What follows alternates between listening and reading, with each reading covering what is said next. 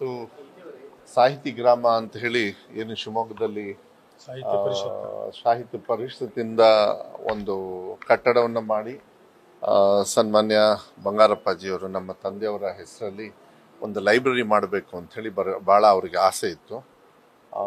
ಹೋದ ಸತಿ ನಾವು ಇದು ಬಂದು ಉದ್ಘಾಟನೆ ಸಂದರ್ಭದಲ್ಲೂ ಕೂಡ ಅವರಿಗೆ ನಾನು ಮಾತು ಕೊಟ್ಟಿದ್ದೆ, ನನ್ನ ಕಡೆಯಿಂದ ನನ್ನ ಸಂಬಳದಲ್ಲಿ ನಾನು ಇಷ್ಟು ಮೊತ್ತವನ್ನು ಕೊಡ್ತೀನಿ ಮತ್ತು ಮುಂದೇನು ಕೂಡ ಸರ್ಕಾರದಿಂದ ಇದನ್ನು ಏನು ಅವರು ಒಂದು ರೆಸಿಡೆನ್ಷಿಯಲ್ ಗ್ರಂಥಾಲಯ ಏನೇನೋ ಮಾಡಬೇಕಂತ ಅಂದ್ಕೊಂಡಿದ್ದಾರೆ. ವಾಸ್ತವ್ಯಗೂ ಕೂಡ, ಯಾಕೆಂದರೆ ಸಾಹಿತ್ಯಗಳು ಬಂದಾಗ ಅವರಿಗೆ ವಾಸ್ತವ್ಯವನ್ನು ಅನುಕೂಲ ಮಾಡಬೇಕಂತ ಅದನ್ನು ಪೂರ್ಣ ಮಾಡತಕ್ಕಂಥ ಜವಾಬ್ದಾರಿ ನಾನು ಹೇಳಿದ್ದೀನಿ. ಸರ್ಕಾರದ ವತಿಯಿಂದ ನಾನು ತಗೊಳ್ತೀನಿ ಅಂತ ಹೇಳಿ ಭಾಳ ಸಂತೋಷ ಆಗುತ್ತೆ.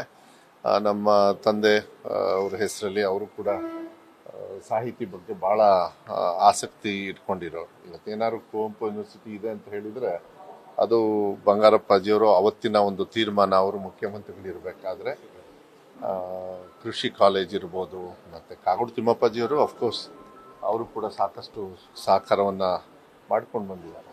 ಆದರೆ ಸಾಹಿತ್ಯ ಬಗ್ಗೆ ಭಾಳ ಅಪಾರವಾಗಿರ್ತಕ್ಕಂಥ ಜ್ಞಾನವನ್ನು ನಮ್ಮ ತಂದೆ ಬಂಗಾರಪ್ಪಾಜಿಯವರು ಪಡೆದಿದ್ದರು. ಅದಕ್ಕೆ ಇವತ್ತು ಎಲ್ಲ ಸಾಹಿತಿಗಳಿಗೆ ಸೇರಿ ಸಾಹಿತ್ಯ ಪರಿಷತ್ತಿಂದ ಅವರಿಗೆ ನನಗನ್ಸುತ್ತೆ ಭಾಳ ಗೌರವವನ್ನು ಕೊಟ್ಟಿದ್ದಾರೆ.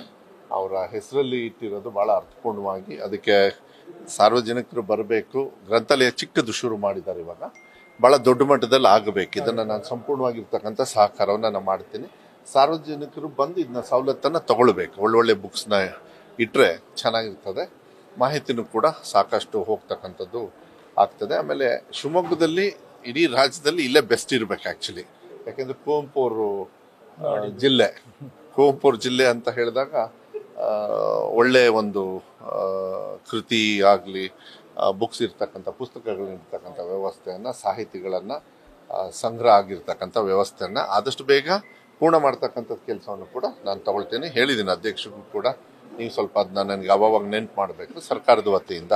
ಮನೆ ಸಿದ್ದರಾಮಯ್ಯ ಸಾಹೇಬರು ಕೂಡ ಸ್ವಲ್ಪ ಈ ಸಾಹಿತಿ ಇದ್ರ ಬಗ್ಗೆ ಎಲ್ಲ ಸ್ವಲ್ಪ ಯೋಚನೆ ಮಾಡೋದು ಜಾಸ್ತಿ. ನಾನು ಆದಷ್ಟು ಬೇಗ ಹೋಗಿ ನೋಡೋಣ. ನಾಳೆ ನಾಡ್ದು ಒಳಗೆ CM ಅವ್ರ ಜೊತೆನೂ ಕೂಡ ನಾನು ನಾಳೆ ನನ್ನ ಇಲಾಖೆಯಿಂದ 2 ವರ್ಷ ಶಿಕ್ಷಣದಲ್ಲಿ ಹರುಷ ಅಂತ ಹೇಳಿ ನಾಳೆ ಒಂದು ಕಾರ್ಯಕ್ರಮವನ್ನು, ಶಾಲೆ ಪ್ರಾರಂಭ ಆಗೋದಕ್ಕೂ ನನ್ನ ಕಾರ್ಯಕ್ರಮ 2 ವರ್ಷ ಪೂರ್ಣ ಆಗೋದಕ್ಕೂ ನಾನು ಮಂತ್ರಿಯಾಗಿ ಮತ್ತು ನಾನು ಈ ಇಲಾಖೆಯನ್ನು ಉಸ್ತುವಾರಿಯನ್ನು ತಗೊಂಡು ಆದಮೇಲೆ ನಾಳೆ ಒಂದು ದೊಡ್ಡ ಕಾರ್ಯಕ್ರಮವನ್ನು ಮನೆ ಮುಖ್ಯಮಂತ್ರಿಗಳು ಬರ್ತಾ ಇದ್ದಾರೆ.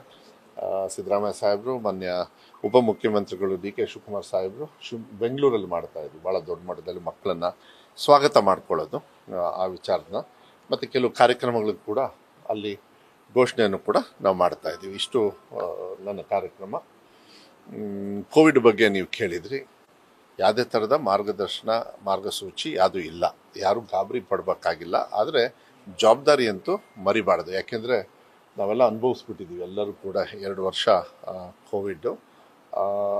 ಮೊನ್ನೆ ಒಂದು ಡೆತ್ ಆಗಿರ್ತಕ್ಕಂಥದ್ದು ಮಾನ್ಯ ಸಚಿವರು ಕೂಡ, ಆರೋಗ್ಯ ಸಚಿವರು ಹೇಳಿದ್ದಾರೆ, ಏಜ್ ರಿಲೇಟೆಡ್ಡು ಇದೆ ಪ್ಲಸ್ ಕೋವಿಡ್ ಇದೆ ಎಲ್ಲ ಆಗಿರೋದ್ರಿಂದ. ಬಟ್ ಎಲ್ಲ ಸ್ವಲ್ಪ ಜವಾಬ್ದಾರಿಯಾಗಿ ಇರಬೇಕಾಗತ್ತೆ.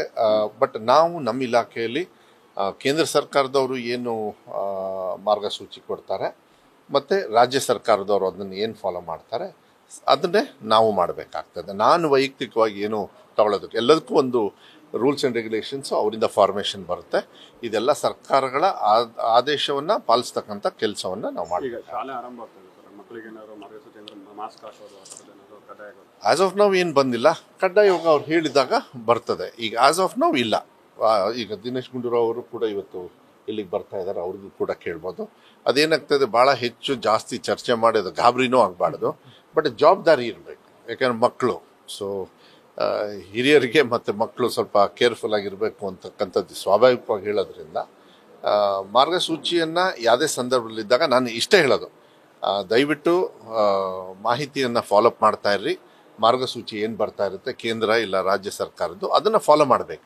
ಅದನ್ನು ಕೇರ್ಲೆಸ್ ಆಗಿ ಅವ್ರೇನೋ ಹೇಳ್ತಾರೆ ಅವಾಗ ಅಂದ್ಬಿಟ್ಟು ಆ ಥರ ಇರಬಾರ್ದು. ಅದರಿಂದನೇ ಸಾಕಷ್ಟು ಪ್ರಾಣಹಾನಿನೂ ಕೂಡ ಲಾಸ್ಟ್ ಟೈಮು ಸೆಕೆಂಡ್ ವೇವಲ್ಲಿ ಆಗಿರ್ತಕ್ಕಂಥ. ಇನ್ನು ಫಸ್ಟ್ ವೇವಲ್ಲಿ ಏನೋ ಅಂಥದ್ದಾಗಲಿಲ್ಲ ಅಂತೇಳಿ ಸೆಕೆಂಡ್ ವೇವಲ್ಲಿ ಯಾರೂ ಕೇರೆ ಮಾಡಲಿಲ್ಲ, ಅಲ್ಲಿ ಸಿಕ್ಕಾಕೊಂಡ್ಬಿಟ್ರಿ ಎಲ್ಲ.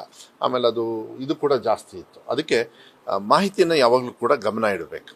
ನಾವು ಯಾವತ್ತೂ ಕೂಡ ಯಾವುದೇ ಸಂದರ್ಭದಲ್ಲೂ, ಅದು ಬರೀ ಆರೋಗ್ಯದ ವಿಚಾರದಲ್ಲ, ಎಲ್ಲದರಲ್ಲೂ ಕೂಡ ಏನು ಮಾರ್ಗಸೂಚಿ ಕೊಡ್ತಾರೆ ಅದನ್ನ ನೋಡಿದಾಗ ಆಟೋಮೆಟಿಕ್ ಆಗಿ ಈ ಟ್ರಾಫಿಕ್ ರೂಲ್ಸ್ ಇದ್ದಂಗೆ ಅದನ್ನ ಫಾಲೋ ಮಾಡಿಬಿಟ್ರೆ ಏನು ತೊಂದರೆನೇ ಆಗಲ್ಲ. ಆ ಥರ ಸಿಸ್ಟಮ್ ಇರ್ತದೆ. ಅದಕ್ಕೆ ಅದನ್ನ ಫಾಲೋ ಮಾಡೋದು ಒಳ್ಳೆಯದು ಅಂತೇಳಿ ನಾನು ಭಾವಿಸ್ತೀನಿ. ಕಮಲ್ ಹಾಸನ್ ಒಂದು ಹೇಳಿಕೆ ಕೂಡ ಕನ್ನಡ ಹುಟ್ಟಿದ್ದು ಅನ್ನೋ ಒಂದು ಮಾತು ನಾನದು ಪೇಪರಲ್ಲಿ ನೋಡಿದೆ. ಅವ್ರು ಹೇಳ್ತಾರೆ ಯಾವ ವಿಚಾರದ ಮೇಲೆ ಹೇಳಿದ್ರು ಏನೋ ಗೊತ್ತಿಲ್ಲ. ನಾವು ನಮ್ಮ ಕನ್ನಡದ ಭಾಷೆ ಬಗ್ಗೆ ನಮಗೆ ಗೌರವ ಇರ್ತದೆ. ಬೇರೆಯವ್ರ ಬಗ್ಗೆ ಹೇಳಿ ನಾವು ಅದನ್ನ ತಿಳ್ಕೊಳ್ತಕ್ಕಂಥದ್ದು ಅವಶ್ಯಕತೆ ನಮಗೇನಿಲ್ಲ ಅಂತ ಹೇಳಿ ಭಾವಿಸ್ತೀನಿ. ಅದು ಯಾವ ಕಂಟೆಂಟಲ್ಲಿ ಹೇಳಿದಾರೆ ಗೊತ್ತಿಲ್ಲ ನನಗೆ. ಈಗೇನಾಗ್ತದೆ, ಜರ್ಮನ್ ಭಾಷೆನೂ ಕೂಡ ಸ್ಯಾನ್ಸ್ಕ್ರಿಟ್ ತುಂಬ ಇದ್ದಾವೆ, ರಷ್ಯಾ ಅದು ಕೂಡ ಸ್ಯಾನ್ಸ್ಕ್ರಿಟ್ ಇದೆ ಅಂಥೇಳಿ ಈ ಥರದ ಹೋಲಿಕೆಗಳನ್ನು ಯಾವ ರೀತಿ ಯಾಕೆ ಹೋಲಿಕೆ ಮಾಡಿದ್ರು ಅನ್ನೋದನ್ನ ನೋಡಿಕೊಂಡು ನಾವು ರಿಯಾಕ್ಟ್ ಮಾಡಬೇಕಾಗ್ತದೆ. ಆದರೆ ನಮ್ಮ ಕನ್ನಡ ನಮ್ಮ ಬ್ಲಡ್ ಕನ್ನಡ. ಹಾಂ, ಯಾಕಾಗಿದೆ ಅದು ತನಿಖೆ ಮಾಡ್ತಾರೆ, ನೋಡ್ತಾರೆ. ಯಾವುದೋ ಒಂದು ಕೊಲೆ ಆದ ತಕ್ಷಣ ಬರೀ ಇದಕ್ಕೆ ಜೋಡೋದು. ಮಂಗಳೂರಿನೇನು ಬಿರುದು ಕೊಟ್ಟುಬಿಟ್ಟಿದ್ದೀರ, ಯಾವುದೇ ಕೊಲೆ ಆದ್ರೂ ಅಲ್ಲಿ ಇದಕ್ಕೆ ಅಂತ. ಅದೆಲ್ಲ ಬಿಡಬೇಕದನ್ನ. ಯಾವ್ದಾದ್ರು ತಪ್ಪುಗಳಾದರೆ ಅದಕ್ಕೆ ಶಿಕ್ಷೆ ಆಗ್ತಕ್ಕಂಥ ಕಾನೂನಿದೆ. ಆ ಆ್ಯಂಗಲಲ್ಲಿ ಮಾತ್ರ ನೋಡಬೇಕಾಗತ್ತೆ. ನೀವು ಬೇರೆ ಆ್ಯಂಗಲಲ್ಲಿ ನೋಡೋಕ್ಕೆ ಹೋದರೆ ನೀವು ಮುಂದೆ ಹೆಜ್ಜೆ ಇಡೋದಕ್ಕೆ ಆಗೋದಿಲ್ಲ. ಎಲ್ಲದಕ್ಕೂ ಕಾರಣ ಒಂದಿರ್ತದೆ.